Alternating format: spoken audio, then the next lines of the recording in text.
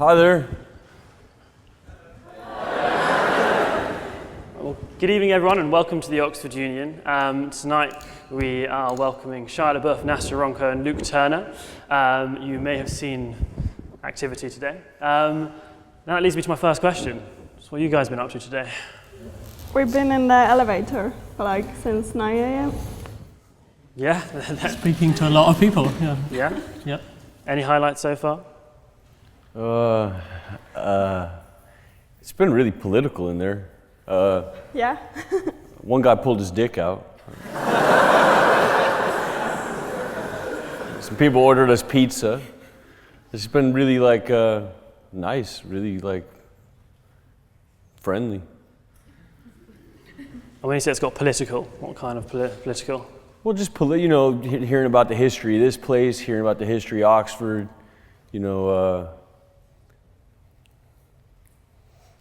Yeah. I guess kind of critical, political about Oxford University. Was that also from the person who got his dick out, or was that from a different person? I'm sure it was the same person. Yeah. A lot of people, a theme coming through, a lot of people talking about, the lack of diversity in Oxford. It seems to be a strong threat. Yeah. So, you've spoken a lot today. I'm sure everyone here has been watching the stream. You've spoken a lot about why you're in the elevator, so we won't kind of cover that again. But how does this #Elevate performance art relate to the #TouchMySoul that you guys did? Do you feel there's a relation between the two? I certainly feel there's a relation, but what do you think? Yeah, we give agency to you guys. I think we give the show over, really. We open up and in hopes that you open up, and sometimes you do, sometimes you don't. There's a running thread through most of our work. It's about collaboration, community. So we build these little community. Even the line outside becomes a tribe, where even here, people are cheering for people to only take 10 minutes, or there's a weird black market economy that develops in these lines too. So it's weird. It becomes like Lord of the Flies, and then the line kind of becomes a part of the work as well, and it sort of governs itself. And so we had a bit of that in Liverpool as well, not to this degree, but there's a lot of similarities. It's also a very, very different work. Yeah, I think #TouchMySoul was about was a kind of open question about emotion and empathy and tenderness, and whereas this came about because of the invitation to come and give a talk, and the main part of giving a talk is listening, I think, and we wanted to open it up and talk to as many people and get as many people to talk as possible and to really break it down. And just talking about that original invitation, I called you guys up over 700 times, finally got through, and then you said, how can you touch my soul? And I said, well, Malcolm X can touch your soul. What was it about that made you think, okay, I won't hang up the phone on this weirdo, I'll carry on going? Well, you throw a name like that out, there's the obvious, hi, I'm calling from, I'm the president of the Oxford Union. Just to preface this whole thing, this is a very wild request. I'm sure some people come here and feel like, yeah, this is the forum for me, We don't happen to be those people. So, this idea of genius or master talking to student felt shit, really, really shit. And so that was worrisome. So while nobody wants to turn down an opportunity this amazing, to come just be in the same room as you guys, you also don't want to come from this position. So the real impetus behind us trying to go into that elevator was we wanted to take this and give it to you, and that was a tough thing to do. It would have gotten really sloppy if we all got up on this stage here. So since this stage wasn't big enough, we moved into the elevator in hopes that we would make this sort of egalitarian. Because even when we came in here yesterday, this is problematic, the microphones are problematic, it'd be nice if we could just like all speak on the same level, which is a tough thing to do when your cameras are at a certain level and there's people in the back who may not be able to see. So the elevator came out of this idea of how do we make what could be a very cold, unintimate interaction amongst us and you, something very warm and connected. And elevators force intimacy. So that's the reason we're in the elevator.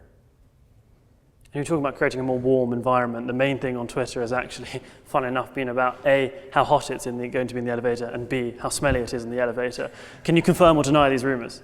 Yeah, it's not smelly. I don't think it's smelly.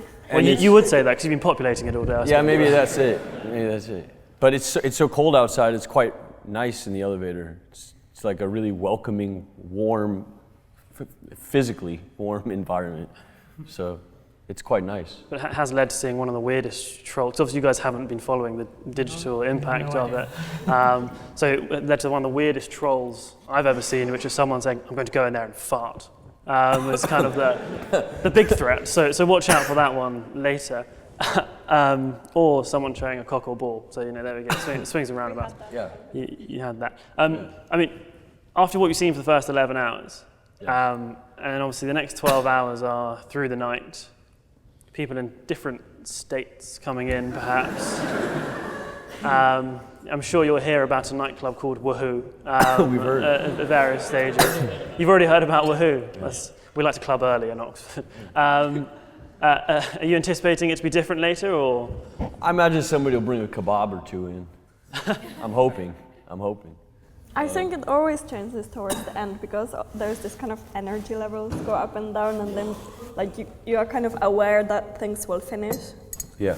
I guess conversations change and engagement changes. The line outside changes, the rules start to become real rules.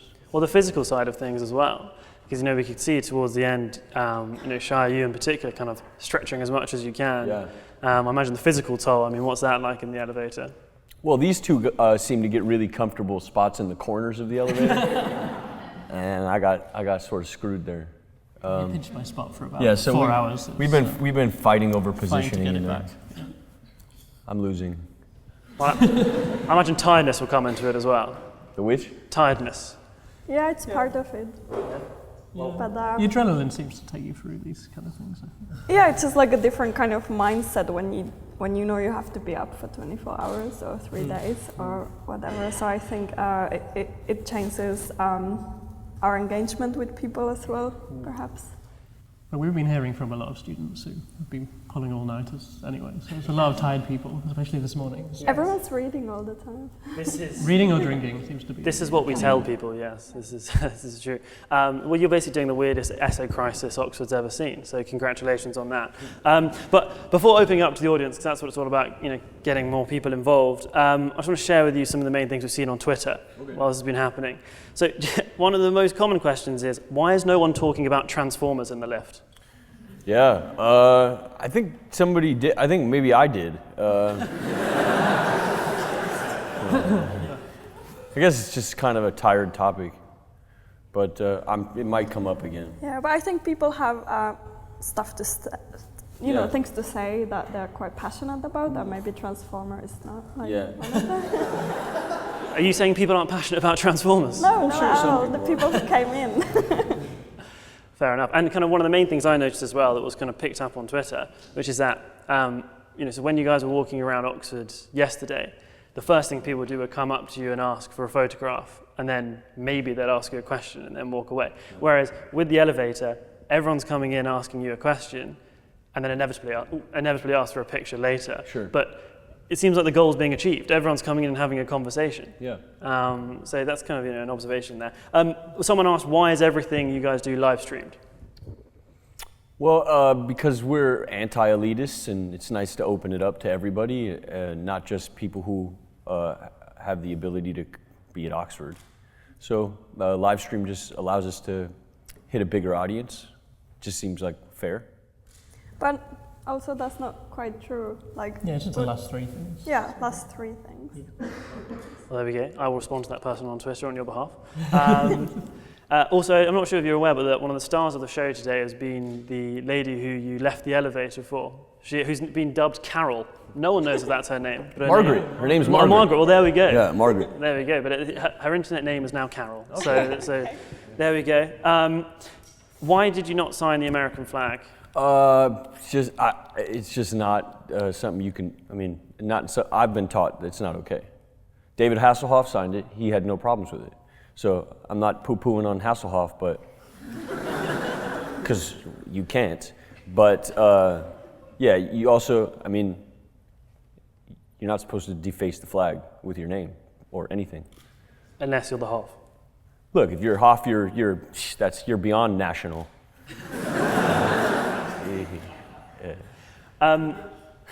So the funniest thing I've seen is that, so as with lots of art, people often want to see it. They want to see the deeper meaning and see the meaning that they feel no one else has seen.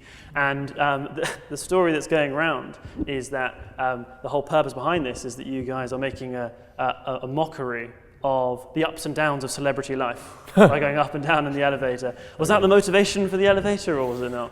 No. I don't think celebrity. No, not at all. It's more about, Well, I don't think it's a mockery of anything. I think it's just a different way of doing things. Essentially, we are doing a talk. It's just a different set for a talk. And a talk that's being streamed right here into the chambers. Yeah. You can see up there. And the rumor is that the other rumor that's going around is that you guys were just traveling in the elevator to get here and got stuck. Is the other elevator, and I don't understand how that works when you've got lots of people coming in and out, but that's the rumor going around. Well, that's a wild theory. Considering it's in a totally different building. I appreciate the leap of imagination. Appreciate that. Yeah. Good. Well, there we go.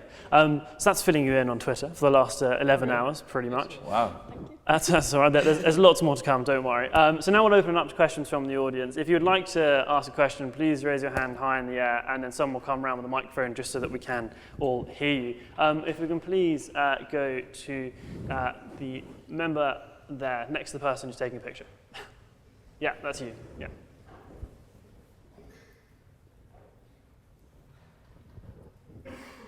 Hi guys. Hi. My question's directed towards you, Shia. So recently your behavior and things that you've done have attracted a lot of attention from the media, and obviously you've done some very creative things in your career recently, and I was wondering if you feel that you have gone off the rails personally, or if you feel that you've just taken a new direction. What personally? If you feel that you've gone off the rails. Gone off the rails? Or if you feel that you've just taken a new direction. Yeah, I think a bit of both.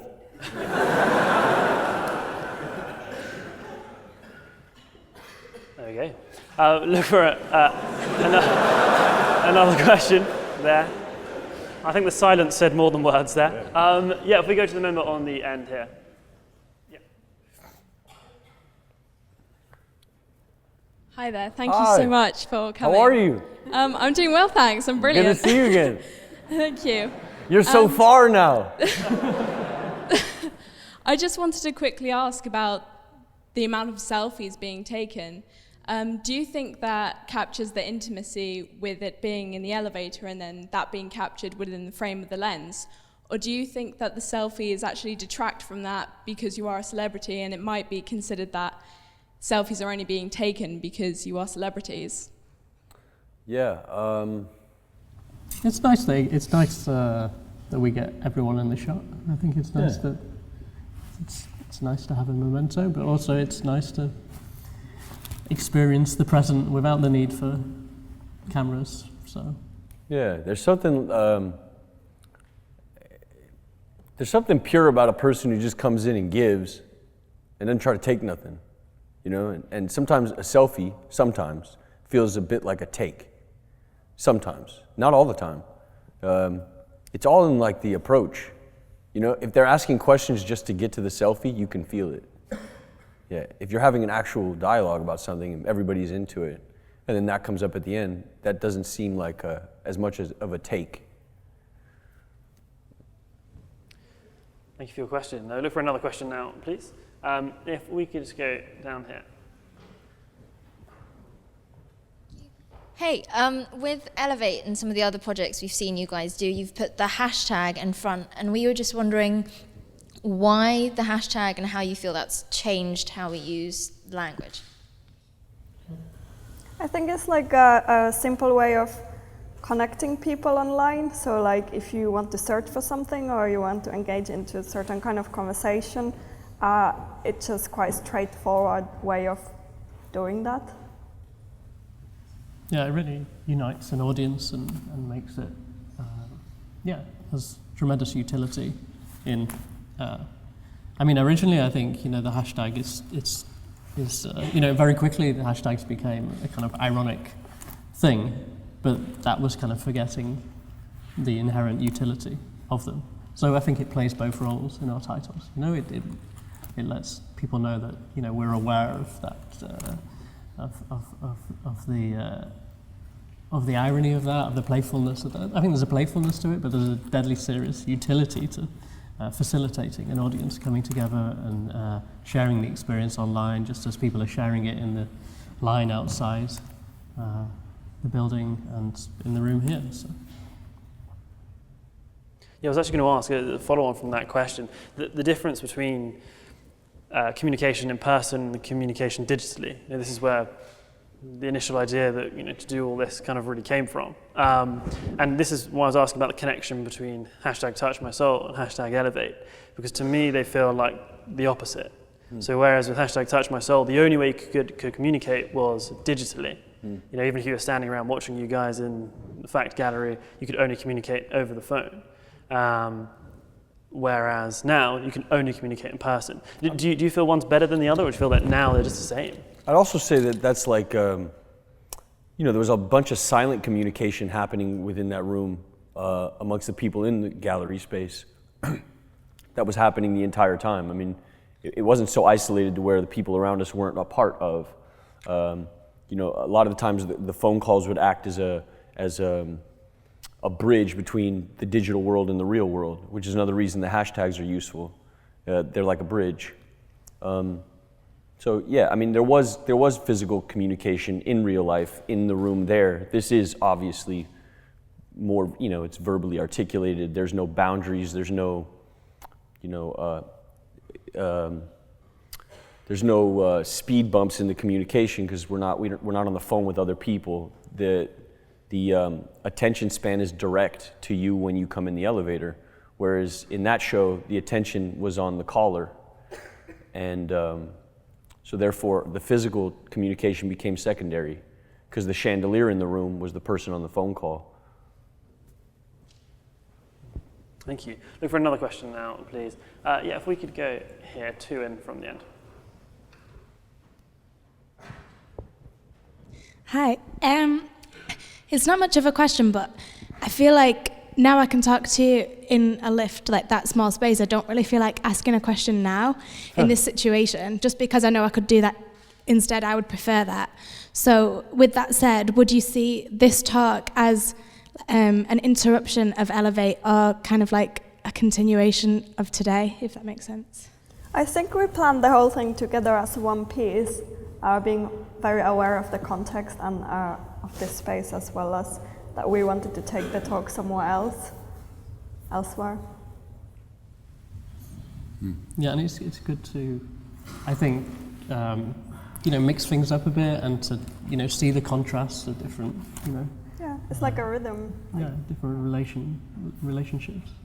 Also different questions too. You can't discount these questions either.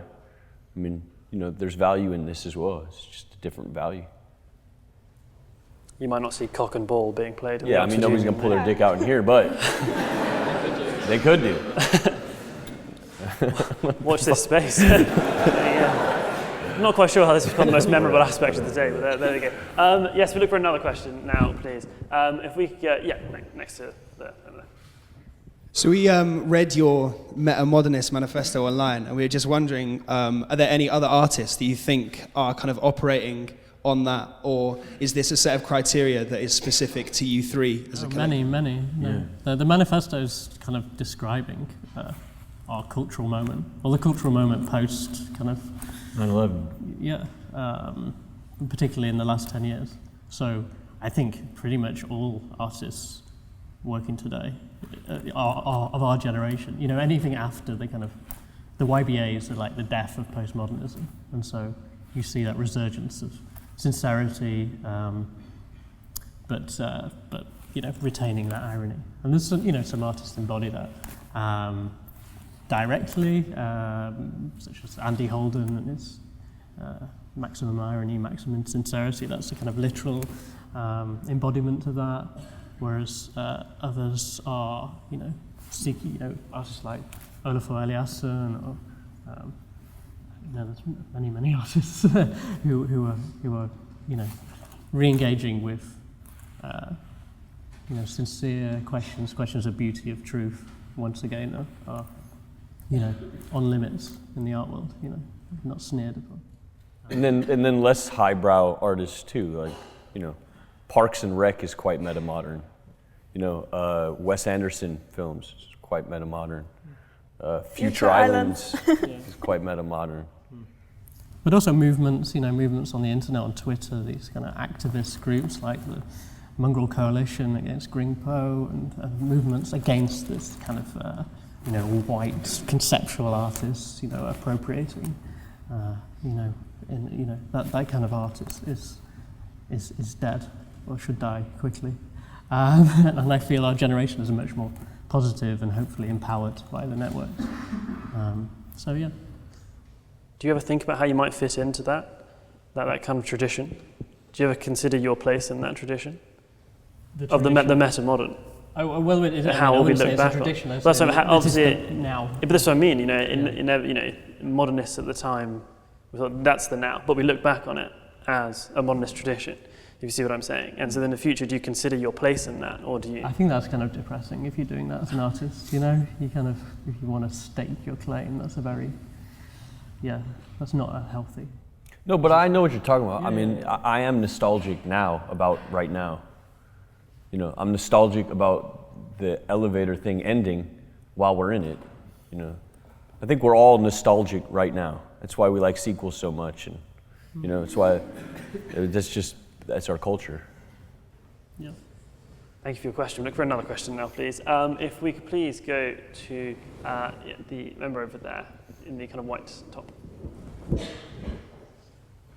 I think the woman over there. Yeah. Hello, thank you for coming. I was just wondering, with your status as a public figure, do you ever feel like communications in a piece like this can truly be egalitarian? Because the way that the piece is set up is almost such that you are elevated almost above everybody else. And you've got 5 and 6 hour queues outside, people waiting in the cold. You've got people scalping their tickets for 50 or 100 pounds, their spots in line rather.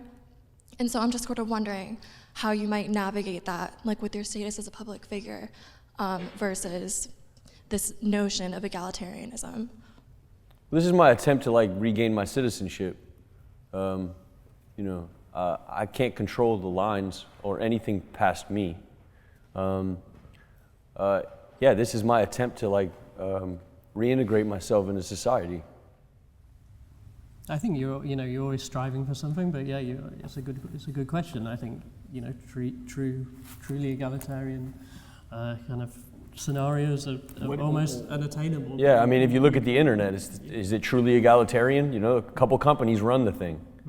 You know, I mean, we all talk to each other. Half of the world doesn't. So this is our best shot at it.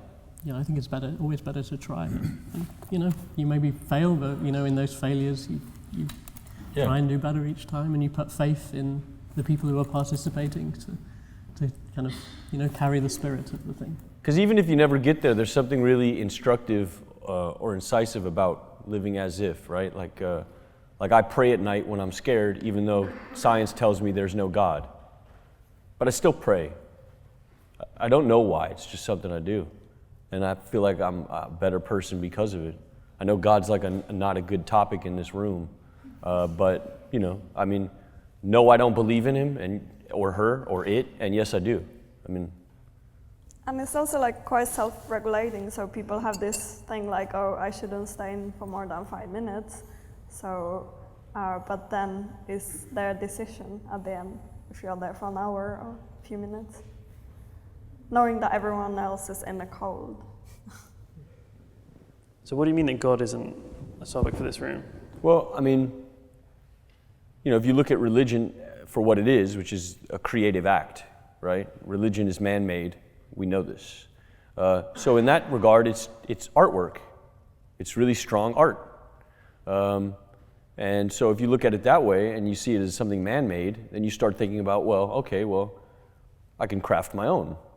And so that's what I've been doing in my life, is sort of crafting my own idea or conception or religion and converting into my own religion, right? So like I've gone about it like a Wikipedia strategy, you know, like Religiopedia, or, you know, I'm just taking, you know, the good bits from every different thing and sort of making an amalgamation of something I can get down with. The alternative is fucking depressing. I don't think so. Anyway, yeah, I mean, you know, yeah, I do. You should debate that. That's a long debate. That's a long debate. Look for another question now, please. If we could please come right down here.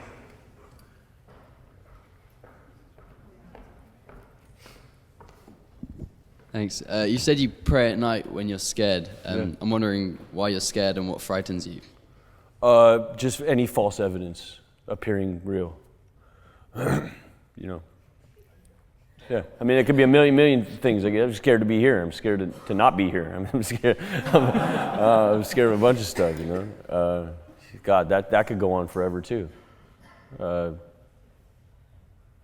Death, the idea that I'm living a meaningless life. A ton of shit, stuff. Thinking about anything too much is pretty scary. Yeah, thinking about anything. Yeah. Thank you for your question. Look for another question here. If we can just go right to the back in the glasses.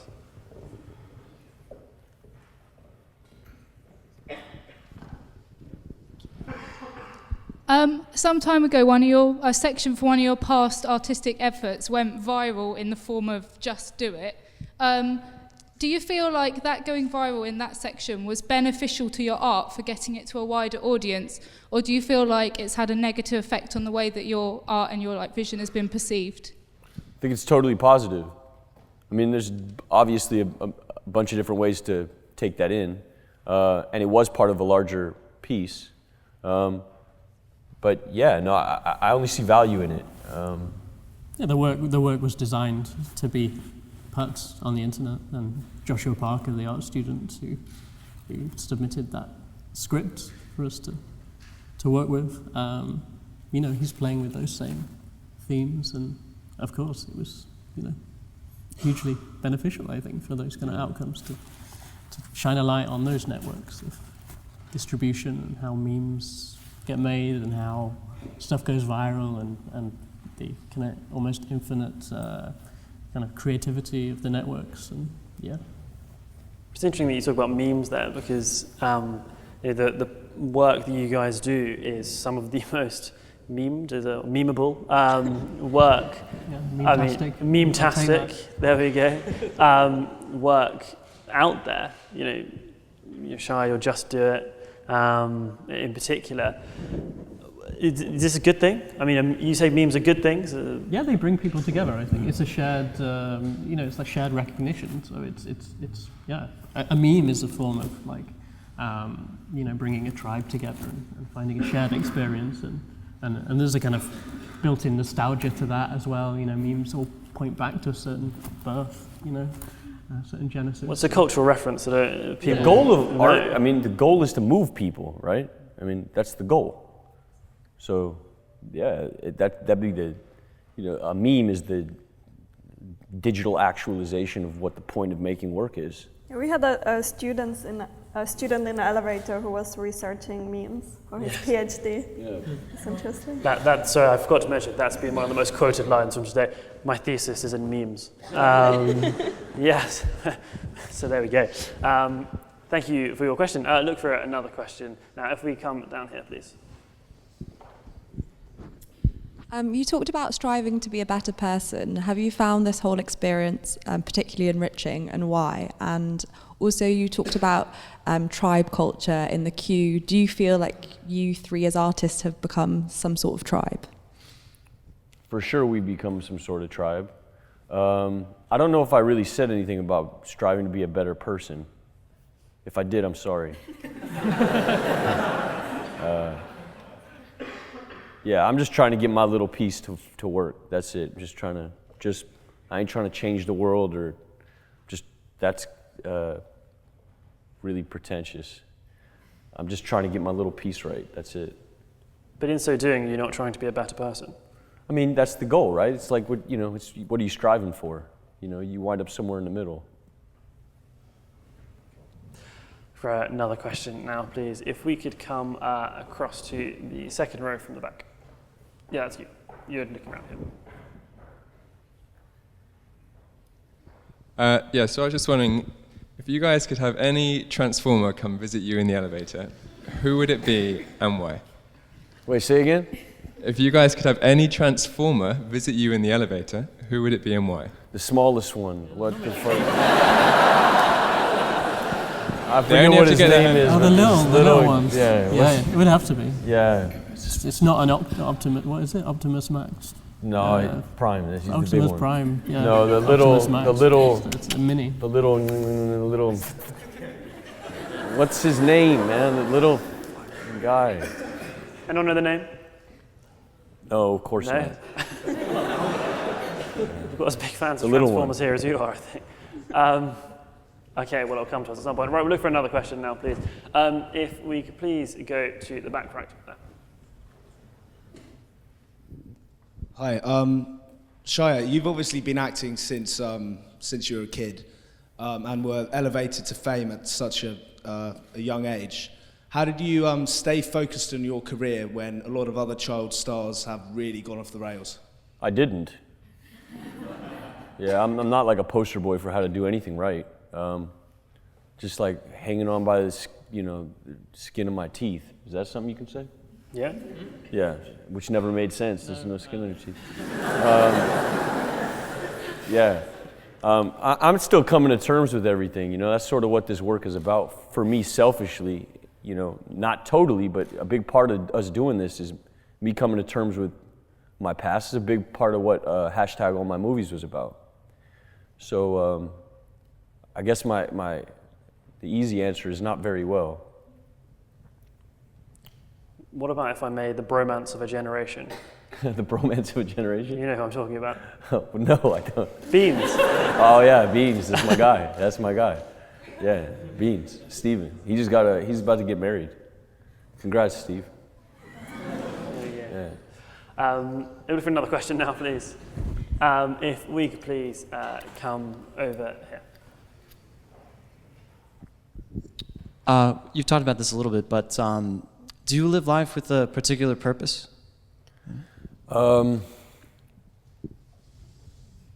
Yeah, I'm trying. And I guess, what is that purpose? Yeah. I think I'm after like a more satisfying affect via performance. My purpose in life, I mean, the only real thing I'm good at is like bearing my soul. So, I mean, somewhere in there is a purpose. I think it can be quite healing to have somebody else open up for you. I think it can be like a healing thing. I think when this stuff is done right, it can be more than just a shallow, objectified existence. You can actually be quite helpful to people. I know I've had performers help me in my life who I've never met. So, I don't know, to be helpful, I guess. Nastja. Well, sorry, follow. What is it in your soul that you're sharing?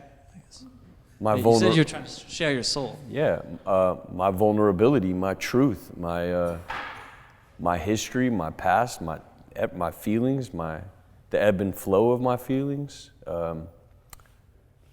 It's quite a loaded question. You're basically asking me what a soul consists of, huh? All right, let's talk about it. My truth. Nastja, Luke, what about you? Like the purpose of my life. We're getting into the big issues. Like to be true to myself and to others, I guess. Like art. Yeah. I read something the other day that someone was saying, you know, don't ask what the meaning of life is, like live life as if your purpose is to make meaning in the world, and I think there's something, that's good. You know, there's something kind of beautiful about that as an artist, you know, creating meaning, but in any walk of life. I guess I try to break it in parts, like what's the meaning of this work, or what's the purpose of this work, or this action, or this decision. It's easier than like looking at the bigger picture. Well, thank you for your very deep question. For another question now, please, we could get across here. To stand up, yeah. Cool. So do you think this is something that's going to be like a continued part of like you guys for a long time now, or do you think like in 2 years you'll be able to say like, okay, that's my sort of performance art thing done, I've bared my soul, I've got my citizenship back? Like, do you think this is going to be something you'll be able to say, I'm done with this, or? It's evolving past me, like the overarching narrative has gone from, did I step on top of you? Were you going to ask No, I was just wondering whether to sit down or not. Yeah, you do whatever you want to do. I'll stand up, that's right. It's your school, dude. Yeah, the narrative has sort of shifted from just being, you know, something, it's just, the narrative is becoming like epic. It's become this epic narrative that's beyond us, me. It's just changed, it's morphed. I mean, this initially started with a very selfish, survivalist, fearful mentality from my side. And it's morphed. You know, my perceptions have changed, perception of me has changed within the world, and as all of this is changing, the narrative is growing and changing. There's no end game like, hey, after 5 years, let's put out a movie and cash in on this. I just said that like a real old comic, huh? I could barely catch my breath, like old Catskill comic. No, but there's no like, hey, at year 5 we, you know, cash in, moved to Tahiti. No, I think the first work and the first couple of works, 2 or 3 works, were really pushing that kind of narcissistic, kind of self-aware narcissism to breaking point, like and playing with the meltdown, right? Playing with the idea of the celebrity meltdown. So after 2 years of playing with the celebrity meltdown, you've worn that to a nub, right? And so that's lost its value, and it's become a material that you can't really play with in the same way anymore. So I think it's evolving kind of quite naturally. Yeah. So just that guy asked 2 questions. Okay, go for it. So do you feel? You have to stand up though. Oh. Dude, it's Oxford. My school. So do you feel like, you know, from the other pieces? I can't hear you though. Sorry, I'm not very good with this. But do you feel like from the other pieces then you've learned more about how to communicate with people and openness and like sort of break down that wall between celebrity and 100%. Yeah, 100%. Like in that it's evolving then as well. 100%. Yeah. Well, I think because you're just talking about how perception of you has changed, and that's obviously a large part, if not entirely, because of the work you've done with Nastja and Luke. Yeah. I think we'd all benefit from hearing how you actually came to meet each other. Yeah. So I was going through I plagiarized a comic book and made a movie out of it, a short film. This man named Daniel Klaus, brilliant guy. Ideas that surpass any ideas I had for a short film. So my best thinking decided to take that and make a film out of his work without accrediting him at all. And that was a real mistake. And then the movie went to Cannes and won an award, and that was like a death. So then I had to figure some shit out real quick. And so I started like running through theory online, right? Running through like postmodernist writing theory and appropriation, and came to this guy, Kenneth Goldsmith. He hates me talking. Anyway, so I'm going through all this theory, and it has a really low ceiling, and it's back to the depression thing I talked about that Luke didn't want to sign off on, you know, God's not real, now what kind of, anyway. So not to revert back into that, but I was feeling pretty depressed. But I had a solution, and my solution was a depressing one. solution nonetheless. In the midst of it, I start reading other theory. I find this manifesto online called the Metamodernism Manifesto, which pretty much reads over my head for about 70% of it. Just words I had to look up, things that are just beyond me. I'm not in case you didn't know, I'm not like an academic. Surprise, surprise. But there is a line in there that really hit me, and it's error breeds sense. And as a fuck up looking for some kind of solution, that seemed like right on the money. And so I wrote him a letter and said, hey Luke, my name is Shia, I'm out here filming a movie, can we meet up? And I was filming Fury out here, and I had a weekend, and came to his house in all my glory, and sat down with at his table, and he's got a really nice spot with like really important art and all this shit around. And so I was really not. Anyway, we got through it, and we liked each other. It seemed we kept emailing, and Luke had no interest in working with me, just me and him. So he said, you know, this would only work if I can bring a friend of mine into the fold. And he sent me a link to Nastja's work, and the work is awesome. So then I wrote Nastja a letter, we got along pretty well. We formed this idea to do this thing in Berlin, which led up to this thing in Los Angeles, which was to wear a bag on my head, proclaim that I'm not famous anymore, and apologize in a room for 6 days.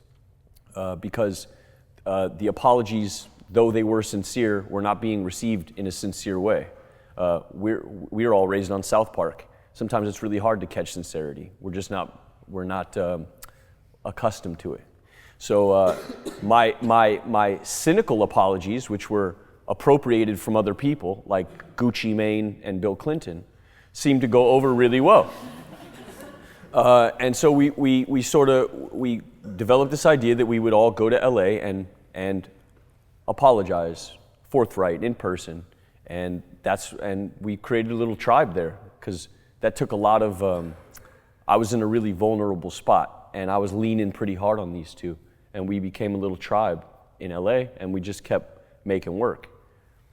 That's how we met and how we started our little thing. And now we're here. No, we're here. There we are, indeed. Next question, please. If we can please go to the, kind of 3 or 4 rows back there. Yeah. Hello. So my question is about your inspirational speech, Just Do It. Did you do that speech for yourself? And if so, what goal were you trying to inspire yourself? And I guess a better way to say is, just do what, Shia? Just do what? That's a very good question. No, we did basically Luke and Nastja got asked to. 3 of us got asked. Really, you guys. So they basically got asked, because they went to the school, Central St. Martin's. I don't think they knew we went there. So. They didn't? No. We got invited to introduce the BA Fine Art Central St. Martin's degree show, the moving image work. So they were putting together a live stream, and that was all they invited us to introduce it. So we thought, how best do we do that? And so we formulated this plan that we'd invite all the students who wanted to participate to send us a text, a script of around 100 words or less, 30 seconds, 60 seconds of material, and then we would film it, Shia would perform it in front of the green screen. They would also dictate standing, sitting, or pacing. Yeah, or one person said standing on your head. Yeah, or all 3, or 5 seconds of this, or 5 seconds of that. So I guess that's a question for Joshua. Yeah, really? Yeah, that's a Josh question. I don't really know do what. That's a Josh question. So do what, Josh, do what? But I think I think the script, I think that when you look at his work, I mean, he's really playing with like ideas of masculinity and how we've been lied to, and he's that's what he's playing with. So he's breaking down masculinity in general, and I think he might have written it cynical. It was written. It reads quite cynical. It reads like a joke, but I didn't mean it like a joke. I really meant it. I still mean it. And Nike didn't pay you anything today? No, they should have. No, it's best that they didn't. It would have really messed our thing up. I think it also has a Adidas slogan in there as well. I think they did ask us to do some kind of commercial or something. Did they? I never heard about that. Maybe when we cash in 5 years, we'll call Nike back up. Thank you for your question. We'll look for another question now, please. If we could go to the back here.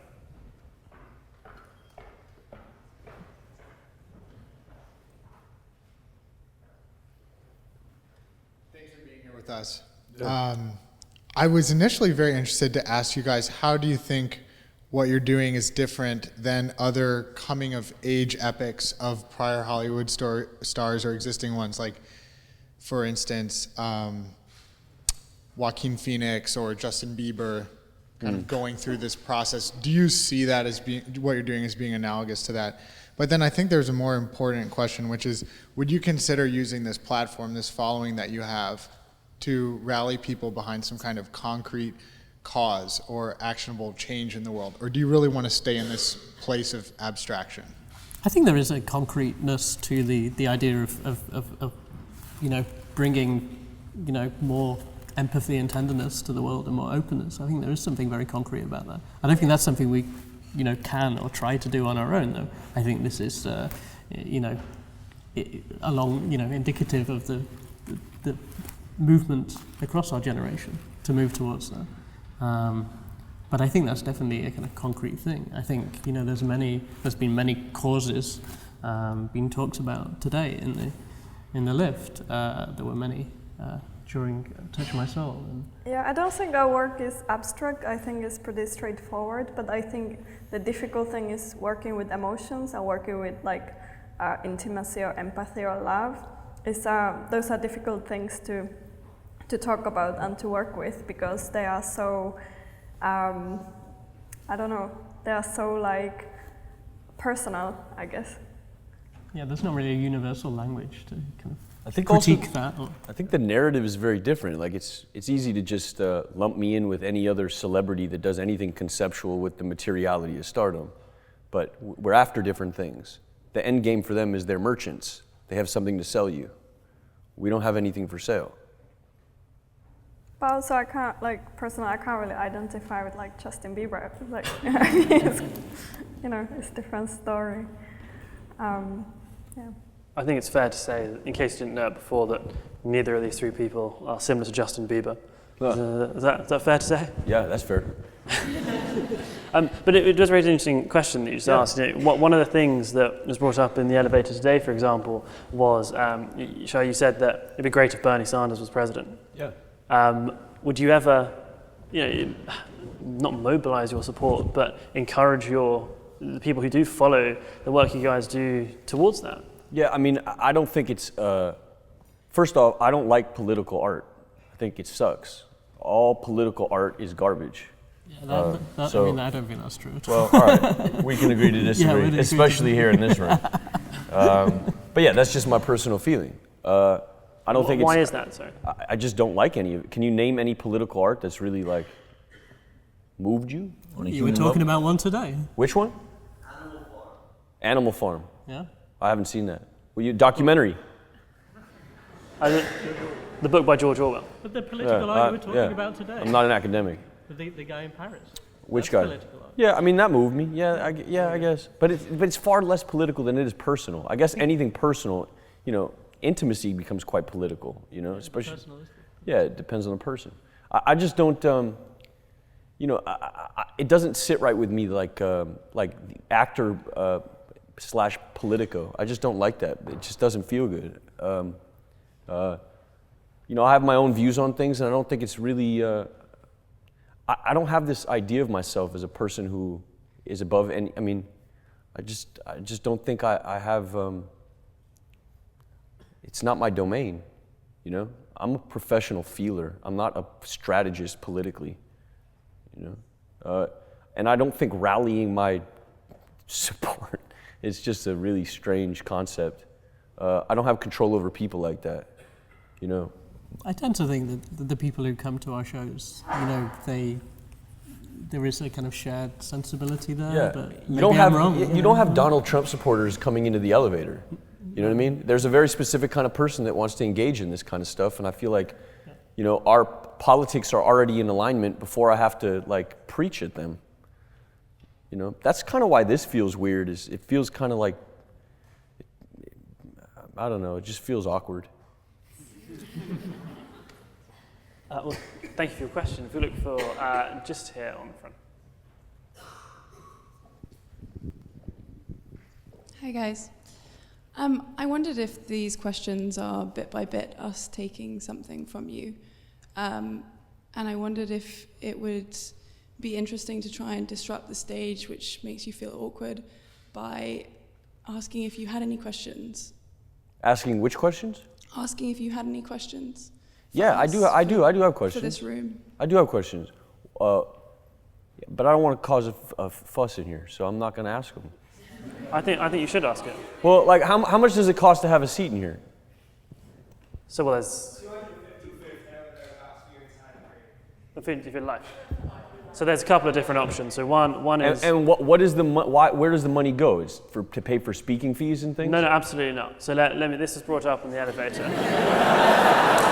No. This is important. It's good. To It's bring important. Up. This is important to bring up. Yeah. Well, I'll be honest. I was either going to bring it up with you now, or I was going to bring it up with you in the elevator no, at it's like good. 2 a.m. in the morning. So, that's good. It's better now. Well, yeah. There we go. Let's get into it. Right. Okay. Good. So the membership here at the union, broadly speaking. Also, can I just say Stuart is fucking awesome before we? All right. Yeah. All right.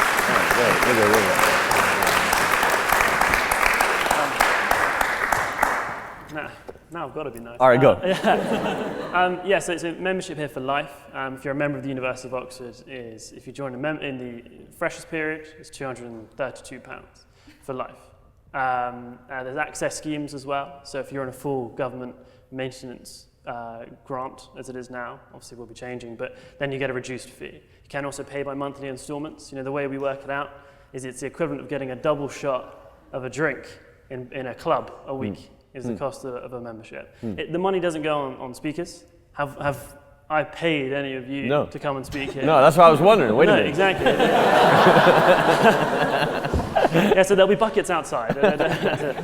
It goes on keeping these buildings as they are. It goes on paying the staff who run the administration, the libraries, things like that. That's what the money goes on. It doesn't go on paying for speakers. It doesn't. So I mean, I'm the president. It certainly doesn't go to me. Yeah. I think this proves my point of we've all just been kind of censored from the conversation, and it's back up to the stage to be explained. Yeah, so go and give your. I mean, I don't have a particular view for against the union. Does anyone have a very strong view? But on like this? creating that conversation, you know, we just went straight back. I apologise. The reason is it's just because I feel that I know. No, it's interesting. I'm not saying that you shouldn't stand. Hey, this is fun. Well, I think like what happened in the elevator was like almost everyone who came in were very critical about the university and the union. So that's what happened. So maybe this is where it comes from. This kind of conversation. Yeah, so I apologise. Hashtag I'm sorry. Should we move to another question, or do you want to ask another question? No, I'm good. Whatever you guys want to do, I'm easy. What do you want to do?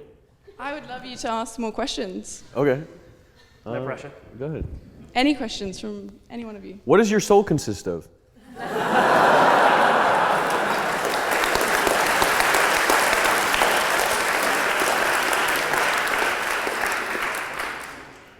Today I saw a video of a molecule carrying an endorphin, or an animation of a molecule carrying an endorphin to the brain.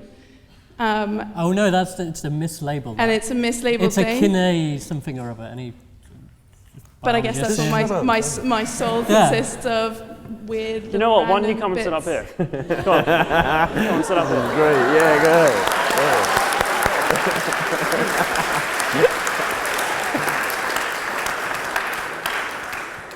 Put on the gloves.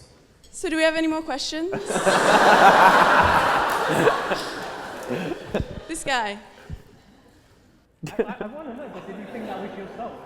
The little walking molecule? the little walking molecule, all of those bits adding together. Now I don't want to jeopardize it for. No, I interrupt. Go for it. Get her a mic. So, oh, fuck.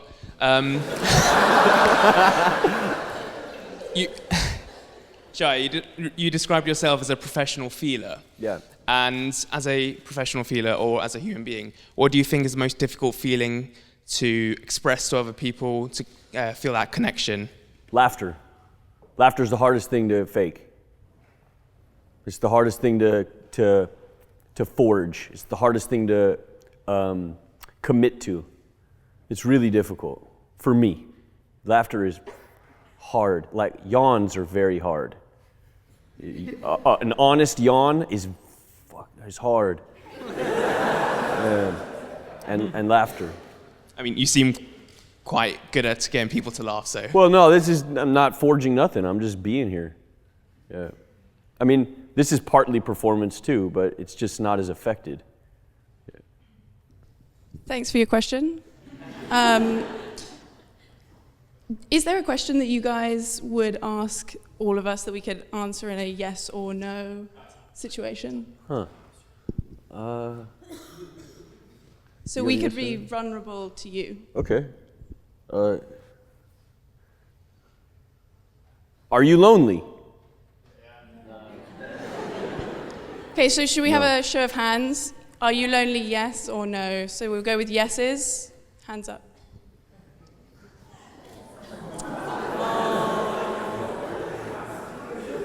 Okay, are you lonely? No. Liars, everyone. And you guys, you didn't raise your hands. Are you lonely? Are you? Yeah, I'm lonely. Okay. Yeah, they're not. They're not lonely.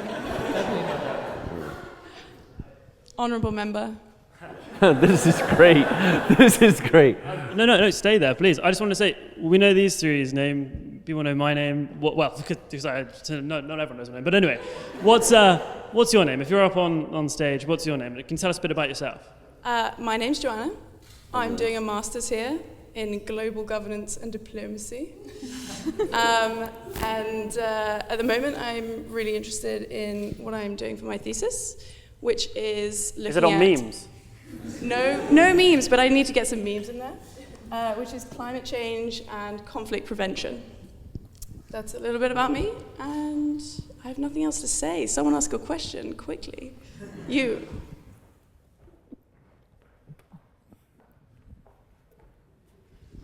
This question is for Nastja. I was just wondering what it's like for you to be, so close and so intimate, working with two men all the time, especially of their status and their reputation in the world, and if people treat you differently because you're a woman or because you're a little different, or coming from people who participate or critics or anyone out there, if there's anything you have to say to that.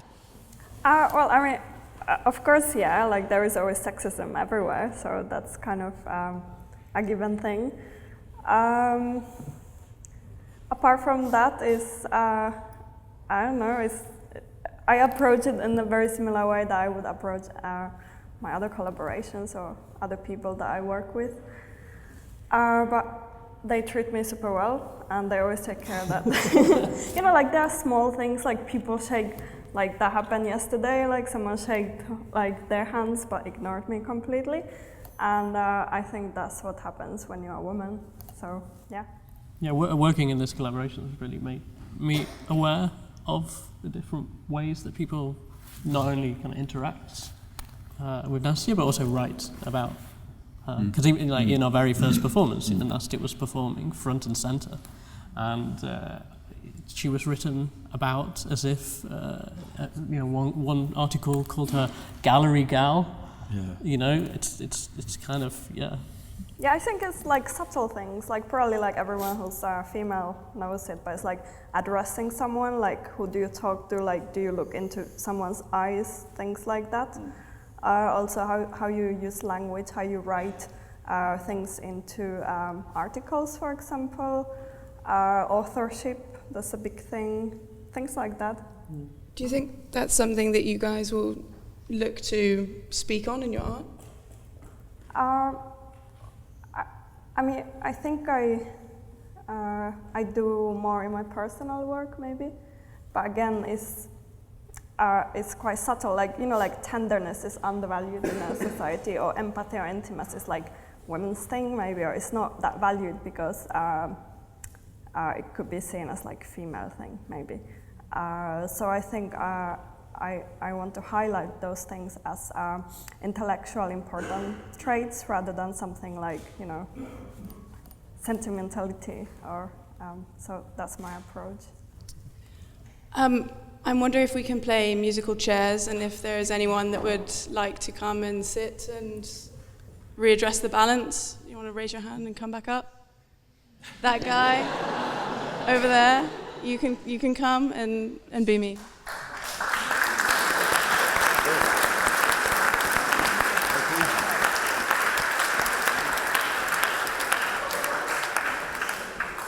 Cool. How you doing, man? I don't really come to the union often, but I saw what you were doing today, Shia, and I thought, you know, this might be quite interesting to come along to, and I think we'd all agree that's been proven right. When you first said musical chairs, I actually thought you meant, you know, music, you know, next time. Do you guys want to ask some more questions to the audience? I reckon another yes or no question. Is there any other questions? How do you feel about getting back in a small space for the next 12 hours? How do I feel about getting back in a small space in the next 12 hours? Yeah, in the next like 2 minutes. Yeah. Yeah. It's gonna be it'll be an adventure. It feels really good sitting down. Yeah. It's very soft. Yeah. Do you wanna go? Sure. Yeah, let's go. All right.